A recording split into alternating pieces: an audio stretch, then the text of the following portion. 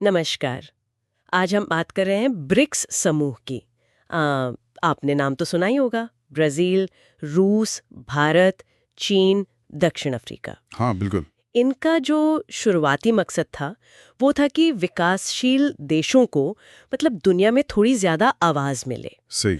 और जो पश्चिमी दबदबे वाले संस्थान हैं जैसे वर्ल्ड बैंक, आईएमएफ, उनको थोड़ा बैलेंस किया जाए। हाँ, एक संतुलन बनाने की कोशिश। और अब तो इसमें काफी नए देश भी जुड़ गए हैं हाल ही में। तो सवाल ये उठता है कि क्या ये जो विस्तार हो रहा है ये पश्चिम के आर्थिक दबदबे के अंत की तरफ इशारा कर रहा है? ये बहुत बड़ा सवाल है। चलिए हमारे पास जो जानकारी है उसके आधार पर इसे समझने की कोशिश करते हैं। बिल्कुल। तो देखिए, ब्रिक्स की कहानी भी दिलचस्प है। 2001 में यह शब्द आया था, ब्रिक। गोल्डमैन सैक्स ने दिया था। हाँ, उनका मकसद था कि ये जो उभरती अर्थव्यवस्थाएं हैं, इनकी ताकत को दिखाया जाए। फिर 2009 में इनकी पहली बैठक हुई। रूस में हुई थी शायद। हाँ, रूस में। और फिर 2010 में दक्षिण अफ्रीका जुड़ा, तब ये ब्रिक्स बना। तो शुरू से ही इनका एक लक्ष्य रहा है कि जो मौजूदा वैश्विक व्यवस्था है उसे चुनौती दी जाए। मतलब एक ऐसी दुनिया जहां सारी ताकत कुछ ही देशों के पास ना हो। बिल्कुल। एक मल्टीपोलर वर्ल्ड जिसे कहते हैं, बहुध्रुवीय विश्व। और अब तो ये समूह काफी फैल गया है। मिस्र, इथियोपिया, ईरान, यूएई, ये सब जनवरी 2024 में जुड़ गए। हाँ, और बाद में इंडोनेशिया भी।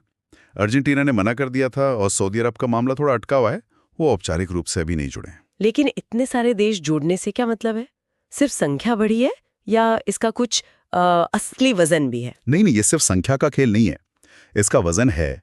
अब आप देखिए, ये दुनिया की लगभग आधी आबादी का प्रतिनिधित्व करते हैं। आधी आबादी? हाँ, और संसाधनों की बात करें तो वो बहुत महत्वपूर्ण है।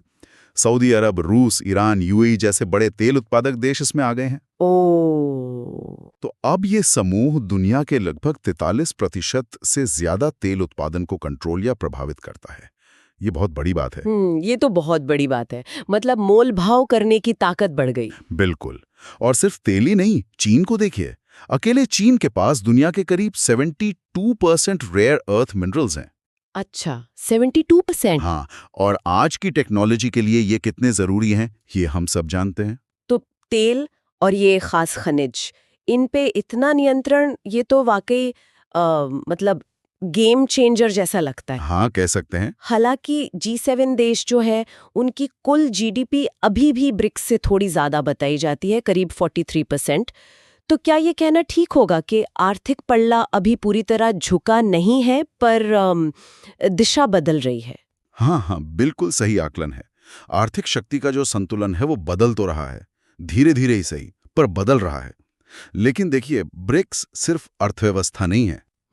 ये काम कैसे करता है ये समझना भी जरूरी है। ये कोई नेटो या यूएन जैसा औपचारिक संगठन नहीं है। इसका कोई मुख्यालय या चार्टर नहीं है। अच्छा, तो फिर इतने अलग अलग देश, अलग अलग सिस्टम, कोई लोकतंत्र है, कोई राजशाही, ये मिलकर फैसले कैसे लेते हैं? हाँ, यही इसकी खासियत भी है और चुनौती भी। सारे फैसले होते हैं सर्वसम्मति से। सर्वसम्मति से मतलब सबको राजी होना पड़ेगा? जी हाँ, सालाना शिखर बैठकें होती हैं, मंत्री मिलते हैं, वहीं तय होता है।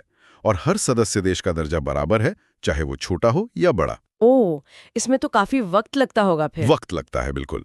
और कभी कभी मुश्किल भी होता है, लेकिन शायद यही तरीका है सबको साथ रखने का। ठीक है, सिद्धांत तो समझ आया, पर क्या ये सिर्फ बैठकें ही करते हैं या कुछ ठोस काम भी हुआ है जमीन पर?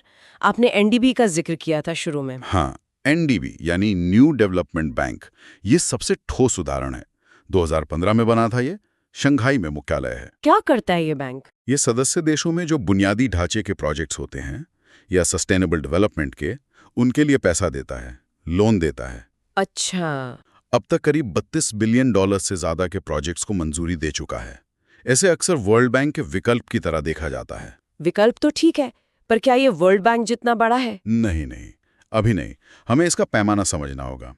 वर्ल्ड बैंक के मुकाबले एनडीबी का काम अभी काफी छोटा है, शायद 5 गुना कम।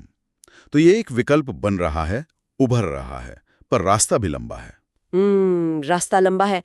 एनडीबी तो हुई आर्थिक बात। एक और चीज जो आजकल बहुत चर्चा में है वो है डॉलर का दबदबा। हाँ, डी-डॉलराइजेशन। हाँ, डी डॉलराइजेशन। क्या ब्रिक्स वाकई इसे चुनौती दे पा रहा है? देखिए, कोशिश तो जोरों पर है। ये ब्रिक्स के एजेंडे में काफी ऊपर है। सदस्य देश कोशिश कर रहे हैं कि आपस में व्यापार अपनी राष्ट्रीय मुद्राओं में करें। जैसे भारत ने रूस से तेल खरीदा था रुपए में। बिल्कुल वही उदाहरण है।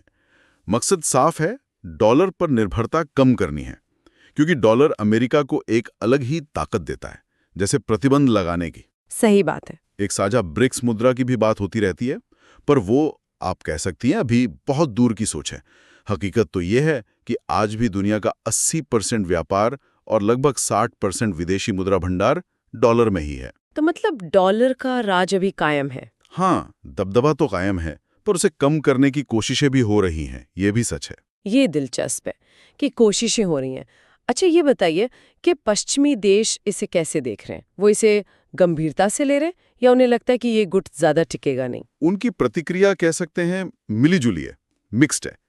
एक तरफ तो वो मानते हैं कि ब्रिक्स का ये जो विस्तार है, ये दिखाता है कि दुनिया में मौजूदा व्यवस्था से काफी असंतोष है। लेकिन दूसरी तरफ वो ब्रिक्स के अंदर जो मतभेद हैं, उन पर भी उंगली उठाते हैं। जैसे भारत-चीन का सीमा विवाद है। हाँ, वो तो है। या फिर ईरान और सऊदी अरब की पुरानी दुश्मनी। उनका मानना है कि इतनी अलग-अलग राजनीतिक व्यवस्थाएं, इतने आपसी टकराव, ये सब मिलकर इस समूह को एकजुट होकर काम करने से रोकेंगे।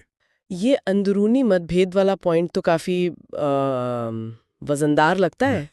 क्या वाकई इतने अलग-अलग हितों वाले देश एक साथ आ सकते हैं प्रभावी ढंग से, या ये सिर्फ एक दिखावा बनकर रह जाएगा? बिल्कुल, यही सबसे बड़ा सवाल है। चुनौतियां तो बहुत हैं। क्या ये इतने विविध सदस्य देश आपस में व्यापार और निवेश बढ़ा पाएंगे? क्या वो डॉलर को वाकई चुनौती दे पाएंगे? कई जानकार ये मानते हैं कि ब्रिक्स का विस्तार शायद पश्चिम के दबदबे का तुरंत अंत ना लाए, लेकिन ये उस युग के अंत की शुरुआत हो सकता है। अंत की शुरुआत? हाँ, मतलब हम एक ऐसी दुनिया की तरफ बढ़ रहे हैं जहां ताकत बटी हुई होगी, मल्टीपोलर। पश्चिम का असर तो रहेगा, लेकिन उसे ब्रिक्स जैसे समूहों से चुनौती मिलेगी, और ये मुकाबला अभी बस शुरू हुआ है। तो कुल मिलाकर हम ये कह सकते हैं कि ब्रिक्स एक महत्वपूर्ण ताकत के तौर पर उभर रहा है, खासकर इस विस्तार के बाद। हाँ, बिल्कुल।